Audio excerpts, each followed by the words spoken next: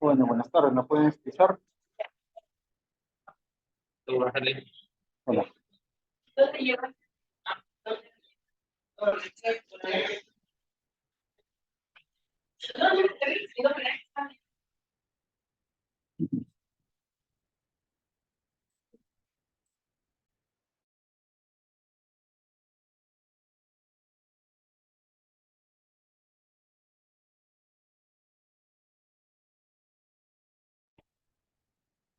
Hola, ¿me escuchan?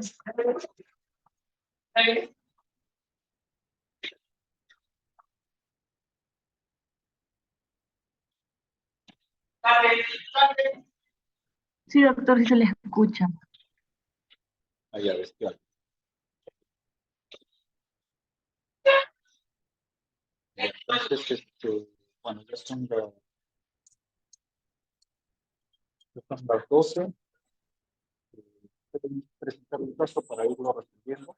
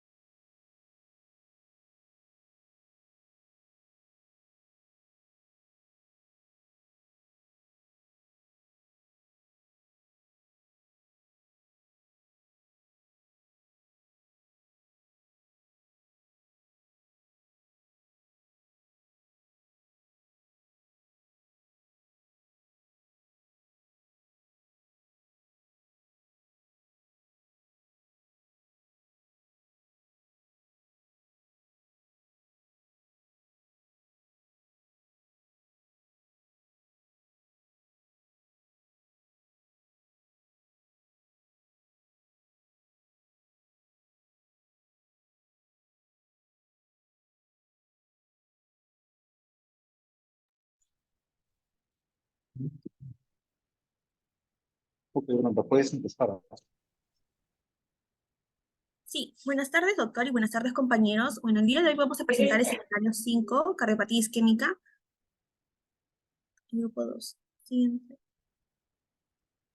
Bueno, primero tenemos aquí el relato cronológico. Es un varón de 60 años remitido a consulta externa de cardiología por el médico de familia por dolor torácico al caminar desde hace medio año. Es empleado de banca, sin alergias conocidas, es un fumador activo de una cajetilla al día desde 40 años antes y con antecedente de hipertensión arterial mal controlada con tratamiento irregular. También sufre dislipidemia con un tratamiento dietético y diabetes mellitus, para lo que toma hipoglucemiantes orales y no refiere otros antecedentes de interés y niega antecedentes familiares de cardiopatía. Su tratamiento habitual es amilopidino de 5 miligramos y glimepirida de 2 miligramos. Durante el interrogatorio, el paciente explicó que desde hace aproximadamente 4 meses antes tenía dolor torácico de características opresivas, irradiado del cuello, con sensación acompañante de falta de aire y que aparecía cuando realizaba esfuerzos moderados, como subir más de 2 pisos, escaleras o en momentos de estrés laboral. Importante también es que esta molestia desaparecía tras reposar unos 5 minutos y que el nivel de esfuerzo al que se iniciaba no se había modificado. No presentaba síntomas que indicaran insuficiencia cardíaca y negaba tener palpitaciones. En cambio, sí tenía molestias en ambas pantorrillas cuando caminaba más de 4 o 5 manzanas. Y su esposa explicó que desde hacía años él roncaba y se quedaba donde el periódico. Aquí tenemos una línea de tiempo. Acá presentamos hace 40 años. El paciente es un fumador activo de una cajetilla diaria. Hace 20 años tiene antecedentes de hipertensión arterial mal controlada con un tratamiento irregular. Hace años, no explica los años, también tiene dislipidemia, tratamiento dietético y diabetes mellitus con hipoglucemiantes orales. También su esposa refiere que hace años ronca y se queda dormido. Bueno, hace 4 meses él refiere que tiene un dolor torácico opresivo y irradiado del cuello, y le presenta lo que es un disnea grado 3, ¿no? También lo que es una claudicación intermitente, que ya lo explicaré un poquito más adelante. Ahora, en la actualidad, su constitución es pícnica, tiene una talla de 1,67 m, tiene un peso de 100 kilogramos, su índice de masa corporal 35,8, presión arterial elevada, 155/95 milímetros de mercurio, frecuencia cardíaca 89 latidos por minuto. En su auscultación tiene tonos apagados rítmicos con soplo suave en la punta, examen cardiovascular, y en el examen de abdomen tiene un abdomen globoso y blando al tacto. Acá tenemos lo que es la exploración física. Tiene una constitución pícnica, talla 1,67 m, peso 100 kilogramos, un índice de masa corporal 35,8, y su obesidad está de predominio central. Ahora, en signos vitales tenemos una hipertensión y una frecuencia cardíaca también está entre los valores donde podría estar un poco más elevada. El examen cardiovascular tiene tonos apagados, rítmicos, con soplo suave en la punta, sin frémito asociado. En sus pulsos está la palpación normal y simétricos, salvo el pulso pedio, que sí se encontraba disminuido. Ahora, en el examen respiratorio tenemos ambos hemitórax que se expandían con normalidad y no había ruidos agregados a la exploración respiratoria. Se encontraba aparentemente normal. En el examen abdominal, el abdomen era globuloso y blando al tacto, sin signos de congestión venosa en el examen físico. Ahora, tenemos los signos y síntomas que hemos separado. Entre síntomas tenemos al dolor torácico opresivo y irradiado del cuello hace 4 meses. También una sensación de falta de aire a esfuerzos moderados en momentos de estrés. También lo que son molestias en ambas pantorrillas cuando caminaba más de 4 o 5 manzanas, ¿no?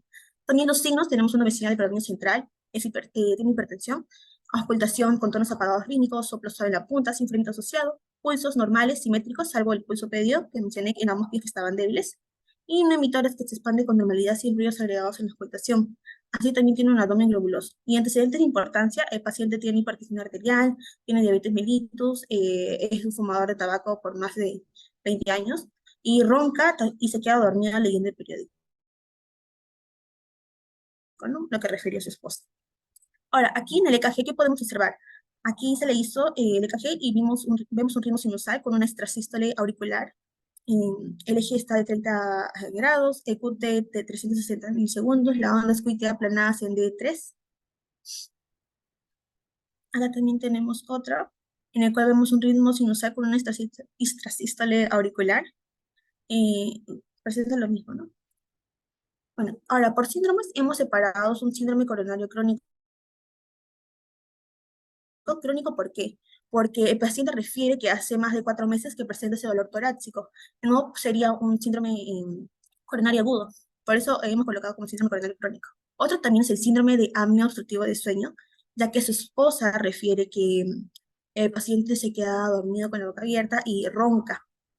Entonces hemos colocado como síndrome de apnea obstructiva de sueño. También lo que es el síndrome de escaparate o claudicación intermitente, el paciente refiere que tiene dolor de pantorrillas, entonces también hemos colocado este síndrome. Y síndrome metabólico porque el paciente tiene una obesidad de predominio central de 35,8 su índice de masa corporal, entonces indicaría que está en un síndrome metabólico. Ahora, ¿cuál sería el diagnóstico presuntivo? Hemos colocado lo que es una cardiopatía isquémica crónica, porque tiene factores de riesgo, tiene una edad mayor de 40 años, es sexo masculino, en la historia familiar no indica, no tiene cardiopatías por historia familiar, pero sí tiene una hipertensión arterial, tiene diabetes, tiene lo que sería una obesidad central, entonces cumpliría. Bueno, aquí hay diferentes tipos de etiologías, ¿no? Si hay una trombosis coronaria, estaríamos hablando de un infarto de miocardio. Cuando tenemos una isquemia coronaria transitoria, esto puede ser debido a una aterosclerosis y ejercicios, como una angina típica, o lo que sería un vasoespasmo agudo, ¿no? Aquí estaría la angina variante. Dentro de esta angina típica tenemos a la angina estable y tenemos a la rotura de la placa agregaria plaquetaria. Y aquí encontraremos a la angina inestable. Acá ya más adelante lo van a explicar mis compañeros en el diagnóstico definitivo. Ahora, tenemos a lo que es la enfermedad arterial periférica. En sí, esta es una afección de la circulación arterial que compromete principalmente las extremidades inferiores. Recordemos que el paciente refiere que tiene dolor en las pantorrillas y también el pulso pedio en el examen físico estaban disminuidos. Este es producido por la oclusión del flujo sanguíneo de una extremidad También la causa más frecuente es la embolia, seguida de la trombosis. El foco más frecuente del émbolo es de origen cardíaco y especialmente la fibrilación auricular, ¿no? El lugar donde más frecuente se produce la embolia arterial es la arteria femoral, seguida de la arteria la aorta y la popltea. Ahora, tenemos aquí unos factores que podrían indicar, por ejemplo, una edad mayor a 65 años, factores de riesgo para aterosclerosis como una diabetes mellitus, una historia de tabaquismo, una hiperlipidemia, una hipertensión. Esto cumple el paciente. También tenemos, más que todo esto cumple, ¿no? Ahora, también hay individuos con enfermedad aterosclerótica conocida como otra leche vascular, como un coronario, un carotideo, un subclavio, una renal o un aneurisma. Pero más estaría dentro de los valores de este cuadrado que estoy señalando. Siguiente.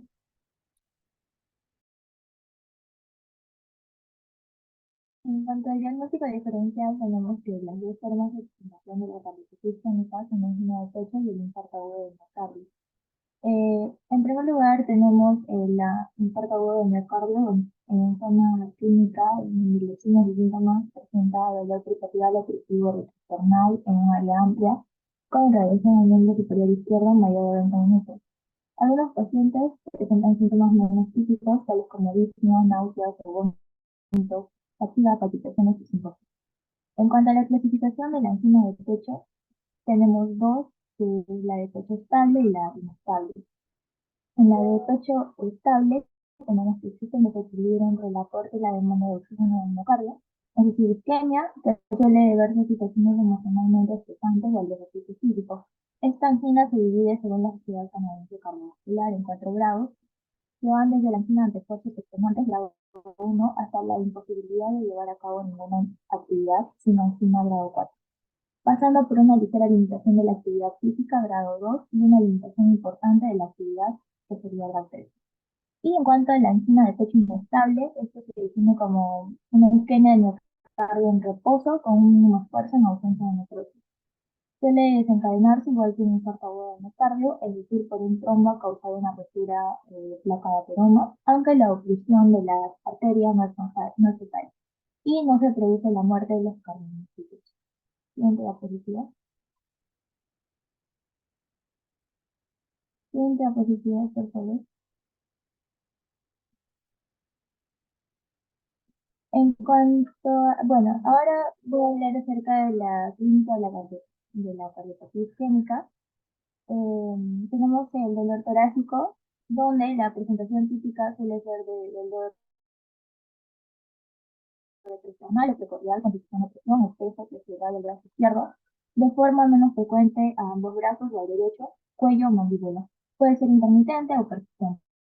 En el caso de la angina de pecho inestable, estos síntomas serán generalmente de menor duración e intensidad en el infarto agudo del miocardio, en cuyo caso suelen persistir hasta que hay repercusión de la zona.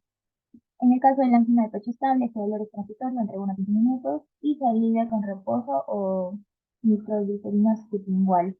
La persona que sufre este dolor torácico suele llevarse el puño cerrado al pecho cuando lo describe, lo que se conoce como angina de Levine. Otros síntomas adicionales podemos encontrar sudoración, náuseas, dolor abdominal, disnea y síncope. Y entre los síntomas atípicos, dolor en epigastrio, síntomas de depresión, disnea aislada, más común en ancianos, mujeres, diabéticos, enfermedad renal crónica y demás. Siguiente diapositiva, por favor.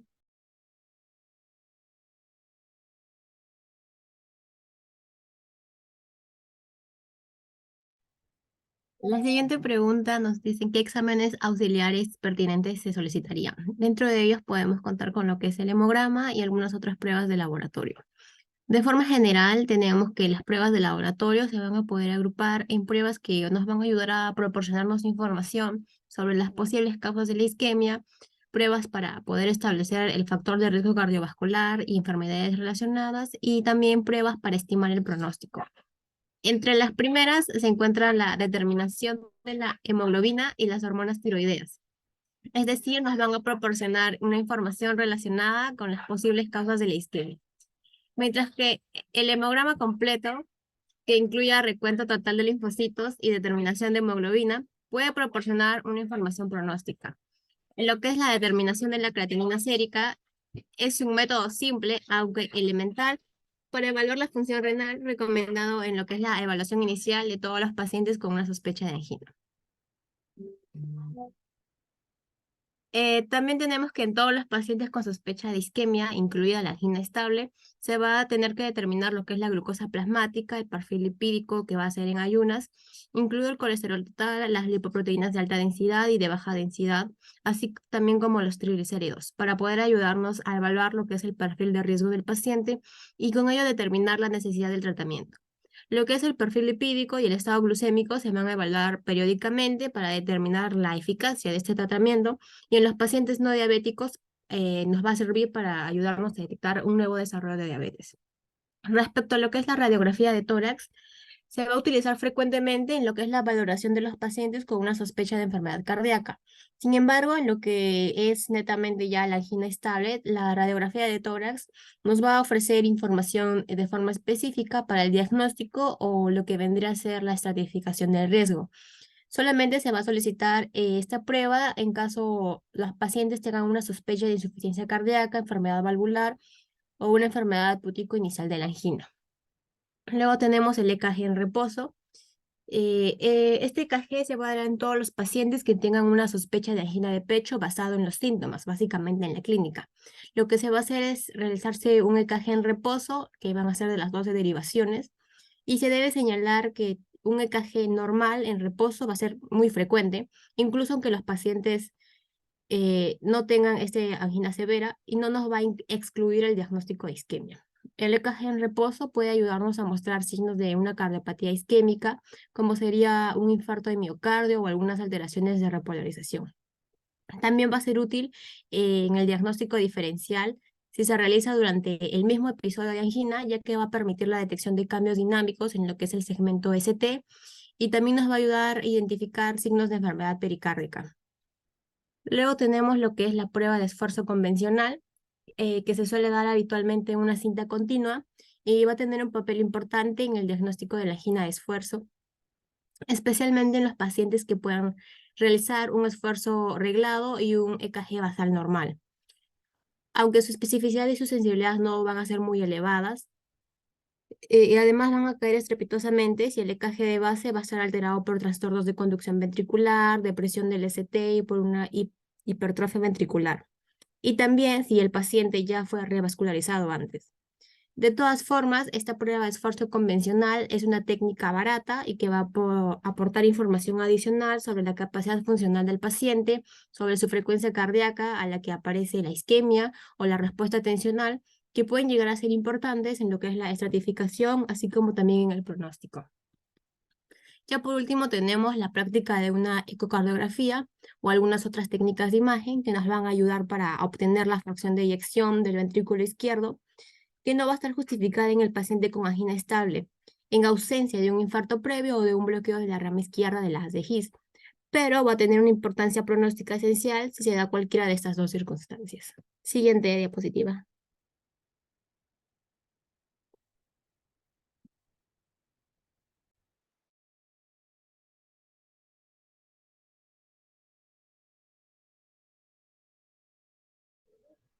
Ya, sí, siguiendo con la exposición, bueno, en cuanto al diagnóstico definitivo, debido a la clínica del paciente y debido al... eh, un-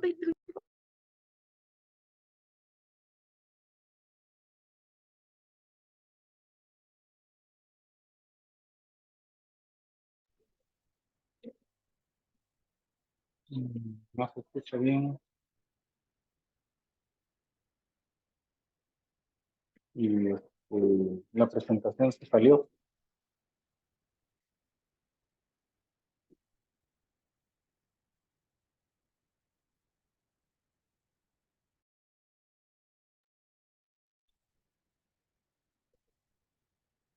Hola, chicos. Un momentito, doctor, por favor.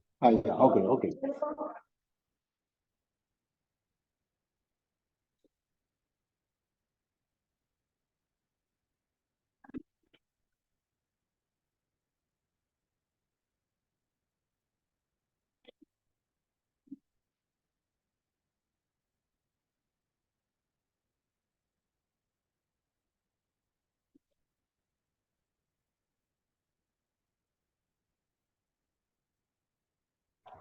Sí, disculpe, ya bueno, en cuanto al diagnóstico definitivo, sería una cardiopatía isquémica estable por aterosclerosis coronaria. Bueno, se menciona que esta es una enfermedad cardíaca producida más que nada por alteraciones fisiopatológicas secundarias a un desequilibrio entre lo que es la demanda y el aporte del oxígeno al músculo cardíaco, ¿no? Entonces, dentro de los factores de riesgo para esto es la edad, el sexo, la hipertensión arterial, el tabaquismo, diabetes mellitus y dislipidemia. Y como hemos visto en el relato cronológico, el paciente presenta hipertensión arterial, tabaquismo, dislipidemia y diabetes mellitus. En cuanto a la edad, también es un factor de riesgo en el paciente menciona que es mayor de 60 años y el sexo también masculino. Bueno, como hemos visto, las manifestaciones para esta enfermedad van a ser el dolor centrotorácico opresivo que puede irradiar al cuello. También una angina de esfuerzo que desencadenada por esfuerzo o estrés que alivia el reposo. Y como hemos visto, el paciente menciona esta manifestación, ¿no? Por eso hemos llegado a la conclusión de que ese es el diagnóstico definitivo y aparte también por los síntomas de sintomatología y los exámenes auxiliares que el paciente ha presentado. Siguiente, por favor.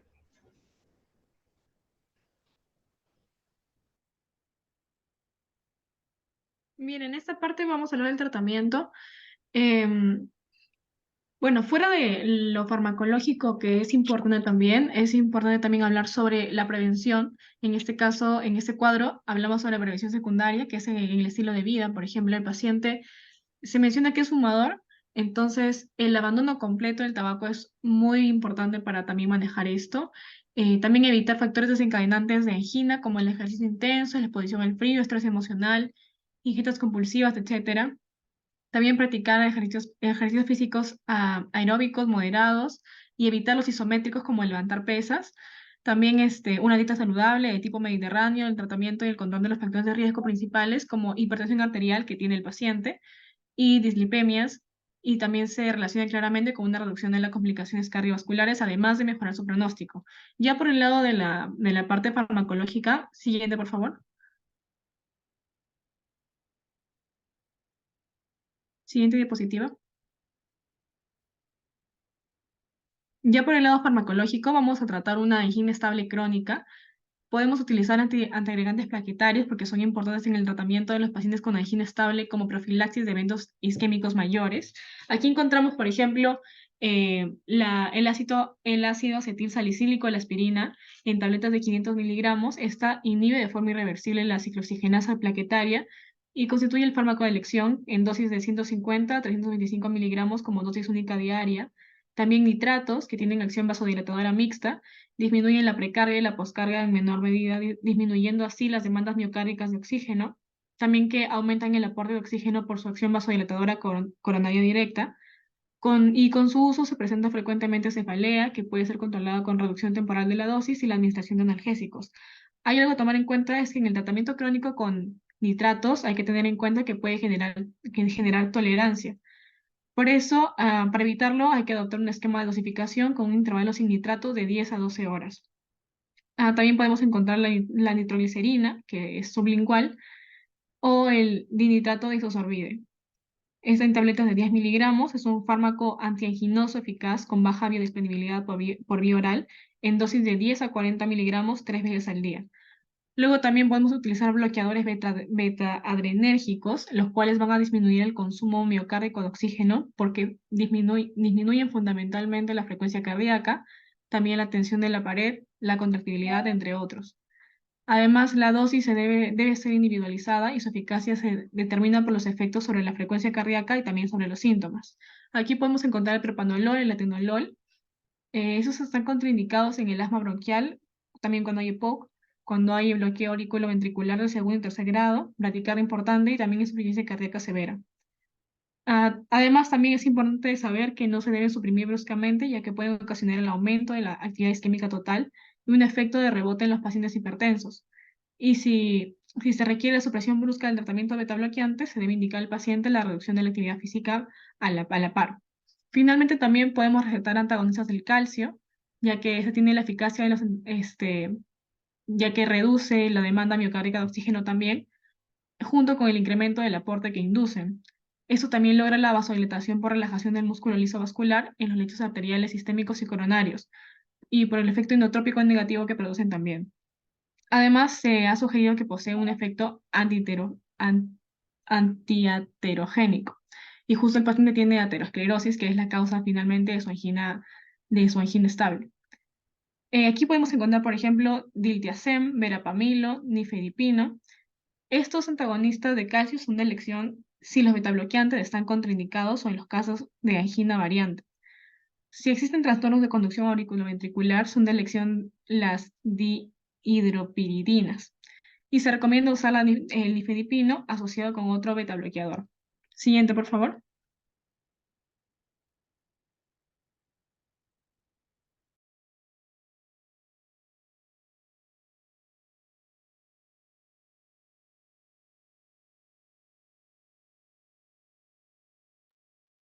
Bueno, continuando con la última pregunta habla sobre cuál es el pronóstico del paciente. Vamos a tener que para el caso del paciente que es lo que presenta una angina estable, el pronóstico es variable, ¿no? A largo plazo es variable y se debe considerar algunos compromisos cardíacos que pueda tener y los factores de riesgo que van a estar asociados, ¿no? Por ejemplo, la literatura menciona que existen factores de mal pronóstico que van a desencadenar que en el paciente se pueda dar un evento químico que pueda traer consecuencias, ¿no? Por ejemplo, entre los factores de mal pronóstico que se han podido determinar está lo que es la edad avanzada, la hipertensión arterial, la diabetes mellitus, el tabaquismo, la obesidad, una mayor frecuencia cardíaca en reposo, el sedentarismo, una menor capacidad funcional, también la dislipidemia también se ha asociado a un factor de mal pronóstico, ¿no? También se ha asociado que la disfunción ventricular o la fracción de eyección disminuida, los signos de insuficiencia cardíaca y en la coronariografía con arterias que van a estar enfermas o alteradas, se han asociado a un peor pronóstico, ¿no? En el caso en el caso general. Siguiente diapositiva, por favor. No, también es importante determinar que para ver el riesgo, el pronóstico del paciente, se ha hecho una estratificación de riesgo, ¿no? Que se da principalmente con una valoración clínica, una respuesta a la prueba de estrés o esfuerzo, una cuantificación de la función ventricular y la extensión de una cardiopatía isquémica, ¿no? Y esto se hace en esta secuencia, ¿no? Primero una valoración clínica, luego un método no invasivo como una respuesta a la prueba de estrés, la cuantificación ventricular y la extensión de la cardiopatía isquémica, ¿no? Y ahora, centrarnos en el caso particular de nuestro paciente, vamos a tener que el paciente va a tener un mal pronóstico debido a que presenta varios factores de riesgo que lo pueden comprometer, ¿no? Como son la diabetes mellitus, la hipertensión arterial, el tabaquismo, la dislipidemia y la obesidad. Como lo mencioné en el anterior diapositivo, está asociado en mayor medida a un peor pronóstico y en la exploración física se pudo detectar, ¿no? El signo de arteriopatía periférica y la debilidad de los pulsos pedios en el caso del paciente, ¿no? Entonces, en conjunto con estos factores de riesgo y lo hallado en la exploración física, podemos determinar que el pronóstico del paciente es malo, ¿no? Entonces, por lo que requeriría un tratamiento basado en problemas y también realizar algunas pruebas adicionales para poder ver el compromiso en el cual se encuentra, ¿no? El paciente. Siguiente diapositiva, por favor. Y eso sería todo respecto al caso clínico presentado. Muchas gracias. Está bien, muchachos. Muchas gracias por la presentación. Sí, han presentado bien el caso. Acuérdense de que este es un problema básicamente crónico, por eso es que se los presento así, porque este tipo de pacientes lo van a ver ustedes en consulta externa. Ese es el clásico paciente que viene a la consulta con una angina de pecho. Entonces acá no cabe hacer diagnóstico diferencial ni con síndrome coronario agudo, ni con infarto de miocardio, ni con ST elevado, nada por el estilo. Este es un problema netamente crónico y no hay ningún apuro por el cual ustedes tengan que hacer algún tipo de intervención rápida, ¿no? Por eso es que se los he presentado. El día de mañana van a ver si al revés, van a ver un caso agudo, que es completamente diferente. Obviamente, la fisiopatología de la placa coronaria es igual para ambas patologías, sino que uno es una instalación lenta de los síntomas y el otro es una condición rápida y urgente que hay que actuar rápido porque si no el paciente puede morirse, ¿no? Tal es lo que comentábamos en la mañana con los alumnos del caso del señor del congresista Nano Guerra, pues que ha sido, parece que un síndrome coronario agudo que necesitaba una intervención rápida, que es cuestión pues de minutos realmente, ¿no? Y no todo el tiempo que han demorado pues en llevarlo a un centro hospitalario. Pues son condiciones agudas, ¿no? Que el actuar rápido e inmediato tiene que ser sí o sí, porque si no, eso amenaza la vida del paciente. Este es un caso opuesto, es un caso crónico donde con mucha tranquilidad podemos evaluar y tomar algunas decisiones eh, con cierta tranquilidad con el paciente. Entonces, en relación a eso, hay algunas preguntas que les voy a hacer. Por ejemplo, vamos a empezar con la parte última, donde nos estaban contando ustedes de que este paciente, por los factores de riesgo, no tenía buen pronóstico. En ese aspecto, yo creo que hay factores de riesgo que son modificables, factores de riesgo que son no modificables. Entonces, tomando en cuenta eso, teniendo en cuenta que el paciente hay que educarlo, hay que enseñarle a vivir sanamente, ¿no? Pues tendríamos que hacer varias actuaciones en ese aspecto, ¿no? Bajarlo de peso, quitar el cigarrillo, controlarle la glucemia, bajarle el colesterol, que son, digamos, los factores de riesgo modificables. Y en relación a eso, sí uno puede tener buenos resultados con la consejería y con la instrucción permanente del paciente y de su familia. Entonces yo creo que en ese aspecto no creo que sea un paciente de mal pronóstico, ¿no? Lo que sí eso nos podría orientar que sí es posible que este señor tenga más enfermedad coronaria, ¿no? Entonces, porque tiene bastantes factores de riesgo. Entonces, eso sí nos puede indicar un poco esos predictores, ¿no? Pero usualmente nosotros clasificamos a los pacientes de alto riesgo o de bajo riesgo, más que todo con la función ventricular, ¿no? Entonces, para eso es importante la ecografía, porque una cosa es un paciente coronario crónico con una fracción pues del 20% y otra cosa es un paciente con enfermedad coronaria crónica, pero con 65% de fracción de eyección. Pues esto sí, yo creo que esto sí es un punto importante para que ustedes sepan cuál más o menos va a ser el pronóstico del paciente.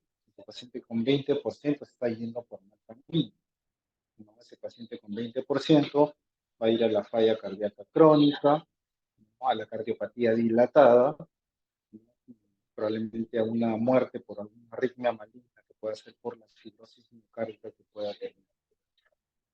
Entonces, el factor, digamos, fuerte de predicción en estos casos es la función ventricular.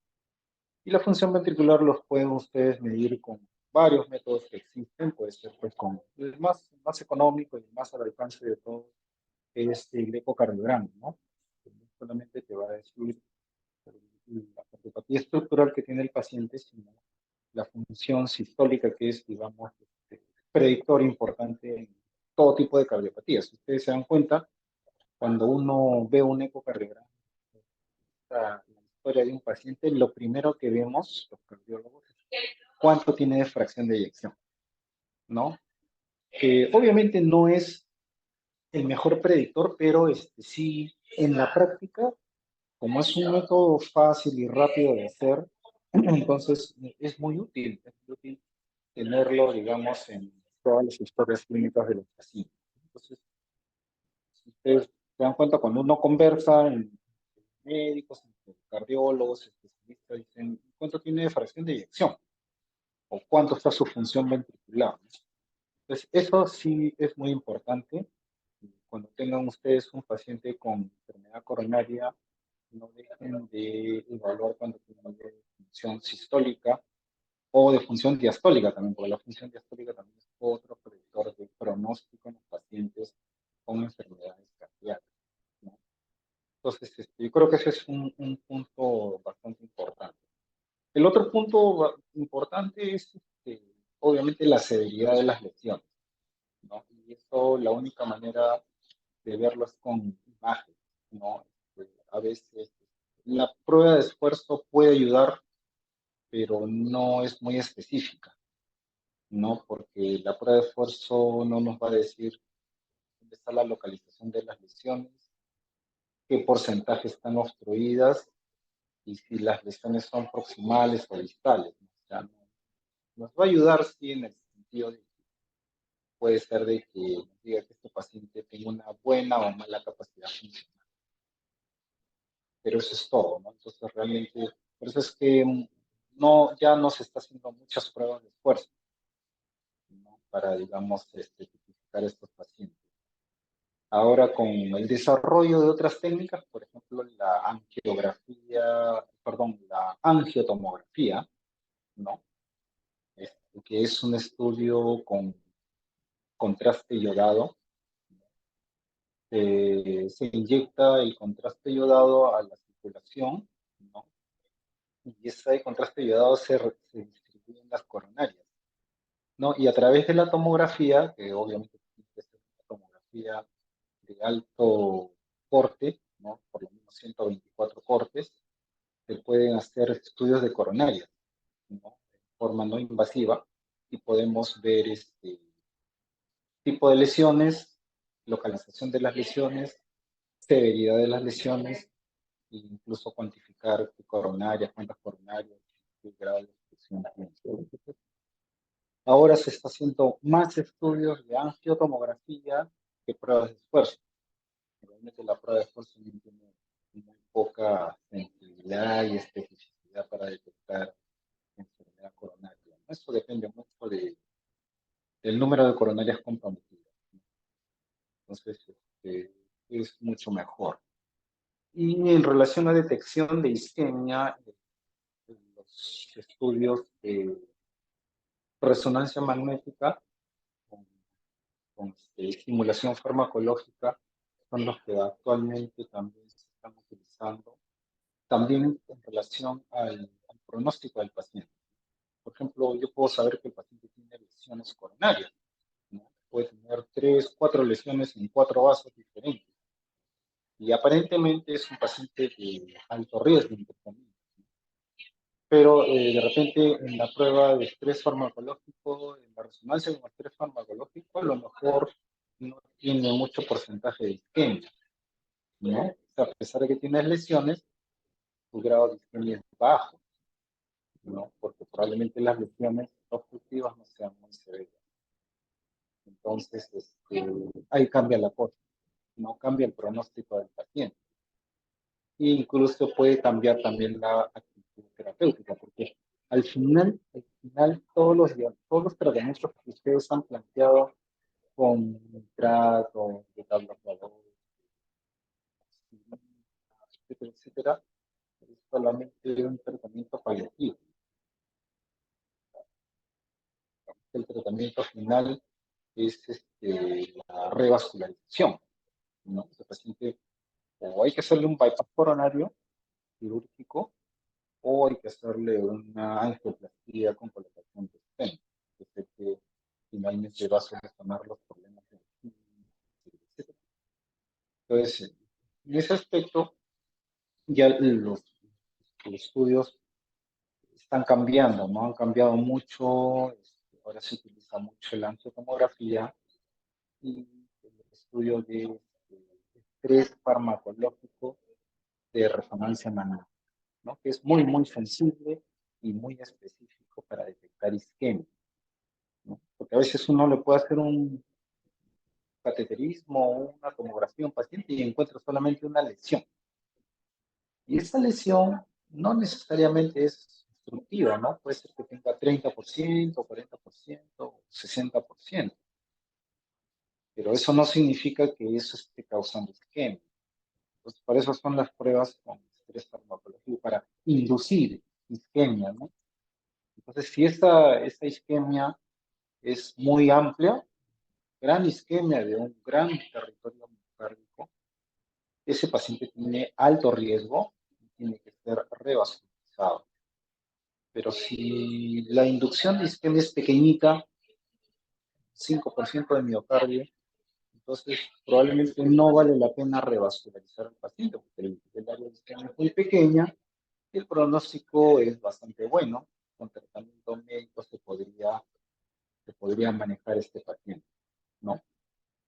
Entonces, estas cositas son importantes y por eso les quería aclarar un poco. Muy interesante lo que dijo una de sus compañeras, que justamente este paciente tiene un electrocardiograma casi normal, ¿no?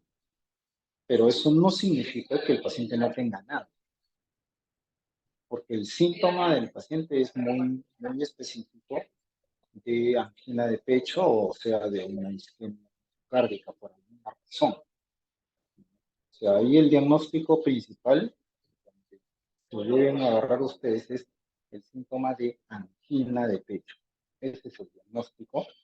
Y esa angina lo que hay que ver es por qué se debe, ¿no? Bueno, obviamente, pues, el mayor porcentaje de pacientes es por enfermedad ateromatosa obstructiva, pues, obviamente, si es diabético, es obeso, es hipertenso, fumador, enfermedad periférica, lo más probable es que sea, pues, por enfermedad ateromatosa. Entonces, así hay que enfocar este tipo de pacientes. No se olviden que este es un paciente crónico,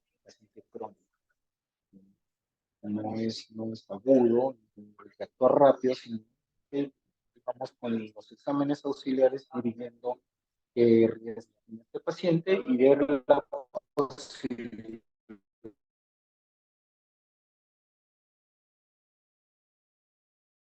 de ser tratamiento médico, ¿no? Actualmente hay mucha discusión en si todos los pacientes deben ser rehospitalizados o los pacientes pueden recibir tratamiento médico, porque hay estudios que pacientes con tratamiento van bien, tratamiento médico, con medicación, con pastillas, van bastante bien, están rehospitalizados.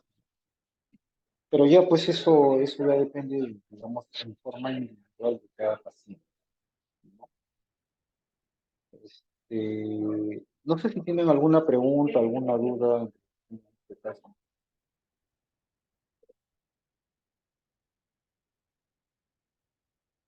Esto más, a ver, anda retrocediendo las diapositivas. eh, Por ahí hay algunas cosas que no puedo anotar porque todavía hay trabajo. Por favor, podrían retroceder a eso. Sigue retrocediendo. Bueno, ahí, por ejemplo, el diagnóstico diferencial no, o sea, no, pues, no entra en infarto miocardio, claro, porque eso es como les decía, un problema crónico. La angina de pecho estable, una angina de pecho crónica. Acá no entra el diagnóstico ni con infarto agudo ni con la angina de pecho inestable, que sí son emergencias médicas. Sigue regresando.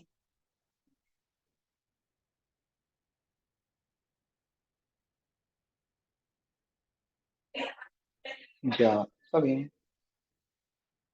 Bueno, sí, eso es importante, ¿no? Los factores de riesgo, ¿no? O sea, cuanto más factores de riesgo tenga el paciente, más posibilidad de desarrollo de enfermedad coronaria puedan tener. Por ejemplo, si es un paciente que tiene hipertensión, que tiene diabetes, que tiene dislipidemia, que es fumador, que es obeso, que es sedentario, que es estresado, tiene familia que se infartó, ya pues ese paciente pues, es de alto, de alta probabilidad de tener enfermedad coronaria.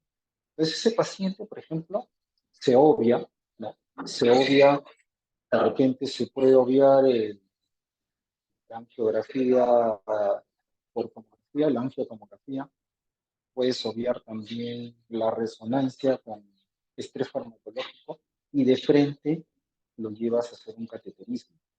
¿Por qué? Porque este paciente tiene una angina típica. O sea, yo no tengo dudas que se está produciendo isquemia miocárdica con ese síntoma que tiene el paciente. No tengo dudas que esto es una angina de pecho y por lo tanto yo no dudo que este paciente tenga isquemia miocárdica, por un lado. Por otro lado, yo no dudo que tampoco tenga una enfermedad aterosclerótica, tiene un montón de factores. O sea, su probabilidad de tener enfermedad coronaria obstructiva es altísima. Y este paciente de frente yo lo llevo a un cateterismo, ¿no? Entonces, actualmente todos estos exámenes auxiliares que ustedes muy bien han leído y han expuesto, depende mucho de la probabilidad de enfermedad que tenga el paciente. Si es un paciente, por ejemplo, que baja, pero que, por ejemplo, el dolor de pecho, pues no sea anginoso, sea cualquier tipo de dolor menos angina. Sea joven, que no sea diabético, no tenga hipertensión, no tenga diabetes, no sea fumador, que sea un sujeto sano, ¿no? Entonces tiene pues una probabilidad muy baja de tener enfermedad coronaria, pues. Entonces a ese no le van a hacer pues nada, ¿no? Le tomarán pues un electro y punto. Pero tiene probabilidad tan baja que no se utilizan muchos elementos para hacer el diagnóstico.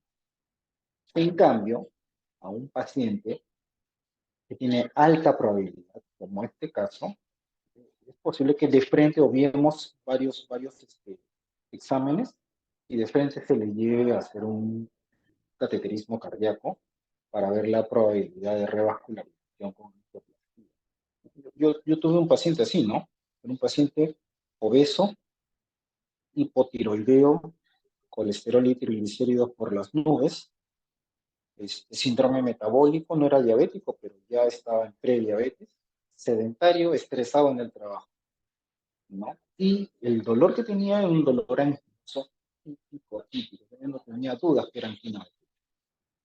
Y de frente lo mandé a un cateterismo, ¿no? Obviamente, bueno, previamente le hice su eco para descartar algunas otras cosas que pudiera haber ahí. Y el cateterismo salió positivo, infección de 3 vasos severa, entró a cirugía y lo tuvimos que operar. Entonces, ¿por qué? Porque este paciente tenía alta probabilidad. También los que tienen baja probabilidad de repente se pueden utilizar otro tipo de examen. El problema viene cuando el paciente tiene probabilidad intermedia de tener enfermedad crónica. Ahí sí le podemos echar mano a la angiotomografía, al estudio de perfusión miocárdica, al estudio de medicina nuclear, y por último una resonancia con el fármaco, ¿no? Entonces, las decisiones ahora, por ejemplo, en la medicina de pecho crónica son así. Depende de la probabilidad de enfermedad que tenga el paciente. Probabilidad alta, de frente a un cateterismo. Probabilidad baja, de frente una pruebita de esfuerzo, un estudio de perfusión cardíaca. Probabilidad intermedia, angiotomografía, ¿no? O resonancia con electrocardiograma. Entonces, más o menos así actualmente se están manejando las cosas. Muy bien, sigo retrocediendo a ver si hay algo más por ahí.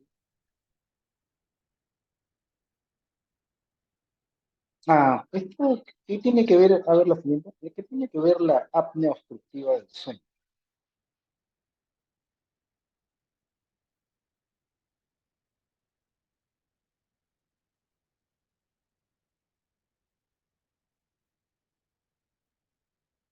Eh, ¿Por qué la han puesto ahí como síndrome del apnea obstructiva del sueño?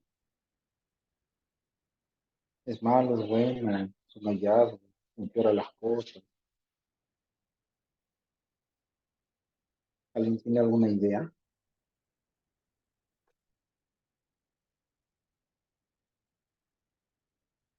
¿Puede repetir la pregunta, doctor, por favor? Sí, ¿qué digo? A ver, o sea, en el slide anterior, ahí nombran el apnea obstructiva del sueño. No sé qué cosa tiene que ver con este paciente. ¿Es bueno, es malo? ¿Cómo es la cosa? ¿Alguien tiene una idea? Doctor, ¿sería lo mismo que Disney paroxística nocturna o en este caso es diferente? No, no es igual. La disnea paroxística nocturna es un signo de falla cardíaca, pues, ¿no? En este caso, el apnea obstructiva del sueño tiene otra connotación. Entonces es el paciente roncador, pues, ¿no? El que ronca en la noche. Cuando va al consultorio con su esposa, pues las esposas se quejan, ¿no? Doctor, ronca toda la noche que no deja dormir. Pues así, ¿no? Pero eso tiene alguna consecuencia. Es malo para el paciente, solamente ronca. ¿Tienen alguna idea de eso?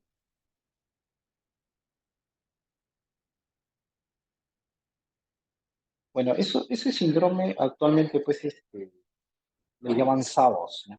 Síndrome de apnea, SAOS. Entonces, sí, eso tiene mucho que ver mm, como un factor más para tener enfermedad cardíaca. ¿Por qué? Porque se ha visto que los que tienen apnea obstructiva del sueño tienen más hipertensión arterial, tienen más hipertrofia del ventrículo izquierdo, tienen más fibrilación auricular y arritmias cardíacas, ¿no? Y es un factor importante también de riesgo para tener enfermedad coronaria. Entonces, es importante también hacer ese diagnóstico. Ese diagnóstico, si no lo hacemos nosotros, eso lo hacen usualmente los neumólogos, ¿no?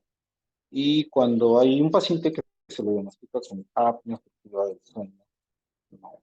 El tratamiento con dispositivos para que lo use durante el sueño, en la noche, mejora el paciente, disminuye la fibrilación auricular, disminuye las arritmias, disminuye la hipertensión arterial. Y es una condición que debemos también tener en cuenta en el tratamiento de los pacientes. No es que no le demos mucha importancia. Muy bien. Bueno, yo creo que hasta ahí creo que vamos a dejarlo.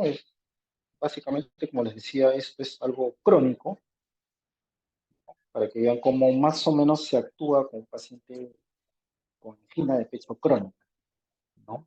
Tenemos una amplia cosas para hacer, la gama de estudios por hacer, tomar la decisión de cuál hacer y cuál no hacer. Lamentablemente, muchos de estos estudios son bastante caros, por ejemplo, una angiotomografía es cara, la resonancia es cara, el cateterismo es caro. Entonces hay que ver bien qué cosa es lo que vamos a hacerle al paciente, qué es lo que lo va a ayudar y cuál es lo más indicado. Lamentablemente no lo podemos hacer todo.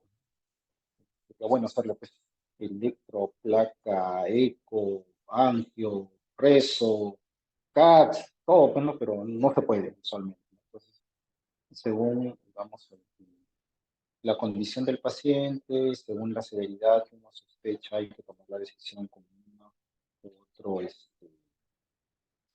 examen auxiliar, ¿no? Y la cosa es diferente. Mañana les estoy enviando ¿cómo se llama?